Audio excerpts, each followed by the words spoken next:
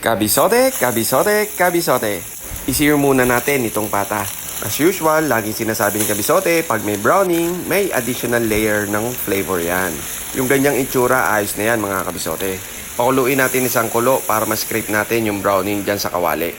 Toyo, tubig at paminta lang yan. Then, igisa natin yung sibuyas. Yan pang toppings natin mamaya. Mag-isa rin tayo ng bawang at lagyan natin ng oyster sauce. I-mekos-mekos at ibalik na natin yung pata na pinakuluan natin sa pressure cooker kanina para siguradong malambot yung pata natin. Ayan o kabisote, nagwiwigil-wigil pa. Yung ganyan ang lambot na napupunit na yung balat. Napakasarap niyan kabisote. At sabawan natin yung pinagkuluan. Napakalasa niyan kabisote. Palaputin natin ng konti gamit ang cornstarch slurry. Pinaghalong tubig at cornstarch lang yan.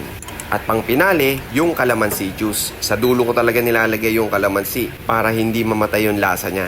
Ang gusto ko kasi sa pork steak, naghahalo yung alat at asim ng calamansi.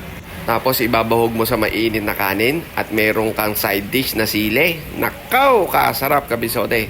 Request ng bunsong anak ko pala to. Napakatakaw sa pork steak niyan eh. Kung nagustuhan mo o nakatulong sa'yo ang video na to, paki-follow, like, and share mo na rin para makatulong din sa iba ang mga simpleng recipe ni Kabisote. O siya, ano pang iniintay mo, Kabisote? Tara, kakain na!